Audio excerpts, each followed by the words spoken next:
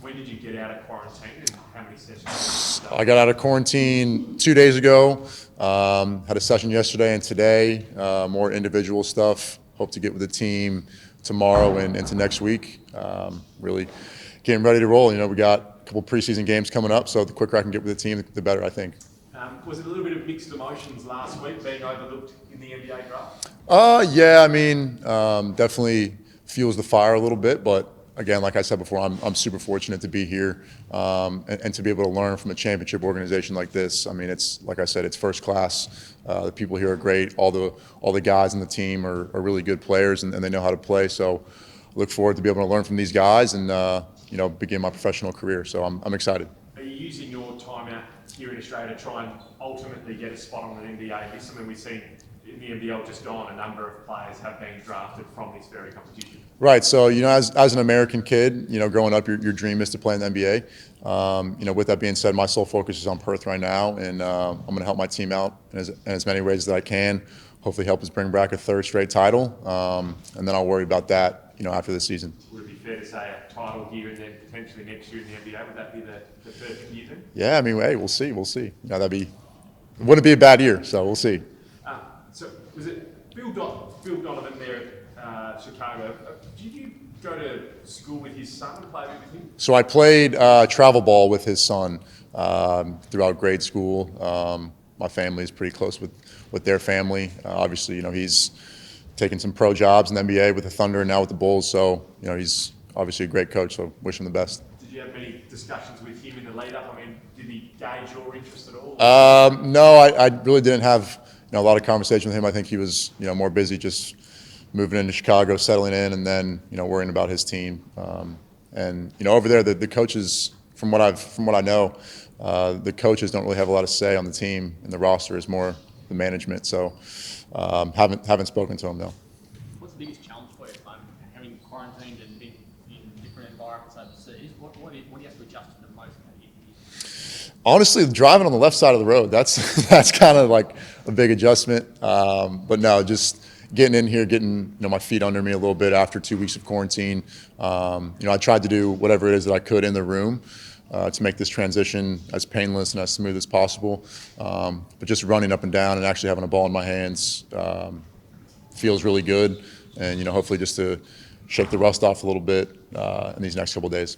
Have you been able to train with 5, 6, 10 people, or have you been one-on-one sort of environments in America? So it's just in America. Yeah. In America, yeah. Down in Central Florida, we have some good players over there and some good trainers. So I have been able to play live and get some pickup runs in. So I haven't done any team stuff here. So look forward to doing that next week. That won't be difficult to get back into. You've done a fair bit of it. Yeah, definitely done a fair bit of it these last couple months. Obviously, nothing the last 2 weeks when I was cooped up in the Hyatt. But been doing a lot of 5-on-5, 3-on-3, that type of stuff back home. John, the Cats right now with an injury to Majok are looking for a 5-man. If it doesn't pan out or they're still looking, do you think you're big enough to play that 5 role to give a bit of run? Yeah. First and foremost, you want to wish Juk a speedy recovery. You hate to see a guy like that go down. I met him today. He seems like a great guy and watched a lot of film on him. Great player. So wish him nothing but the best in this recovery. And then obviously with the roster how it looks right now, we got 2 more spots, so we'll see kind of how everything shakes up. But I'm here to do whatever Coach Gleason and the staff wants me to do. If they tell me to play the 5, I'm going to play the 5 and work my tail off. If they tell me to play the 4 and work outside a little more. After looking at the offense and how we run things, a lot of it's interchangeable. The 4 and the 5 kind of do similar things. So I'm not too concerned with that. But really, whatever Coach Gleason wants me to do, I'm going to bring my hard hat and my lunch pail to work and try to do whatever that I can to help the team win. Can I ask you? You said you watched a lot of tape of him, but have you watched a lot of tape of Perth? And what have you found about this team that you think has been the reason for their success? Yeah, that was kind of the good thing about having to quarantine for 2 weeks. Is I did have some time to watch some film. Watched a lot of some of the games last year, the finals games against Sydney. It's again first-class organization. The way the team runs their offense, obviously got 5-6 sets and then a lot of reads off of that. And everyone plays together. They really defend. They're really up in passing lanes, putting ball pressure on. So big emphasis on the defensive side of the ball too is something I look forward to bringing. So does that suit your game? What you saw, did you walk away even stronger in your thoughts that it suited your game? Yeah, I think so. That was definitely something that was appealing to me throughout, kind of my process was, looking at Perth and what their values are off the court, definitely align with mine. And then certainly, how they play on the court. I think I fit in well, and just look forward to, putting the shoes on and, lacing them up next week with the team and really getting going. Feels like really educated about the team already, like done a lot of vision, done a lot of research. Is that something you've always been big on, making sure that once you arrived here, that you were going to be ready to go and understanding players, who plays, and what the club is? Yeah, I think so. I think you got to do your homework, and everything that I've heard from former guys, talking to the guys on the team now, had the chance to talk to some of them over social media when I was home. They can't say enough about the program.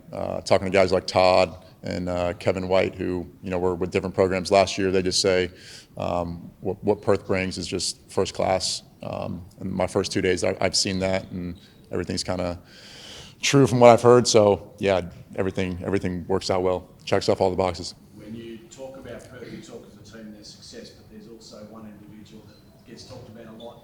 Your connection with Bryce is going to be obviously very important.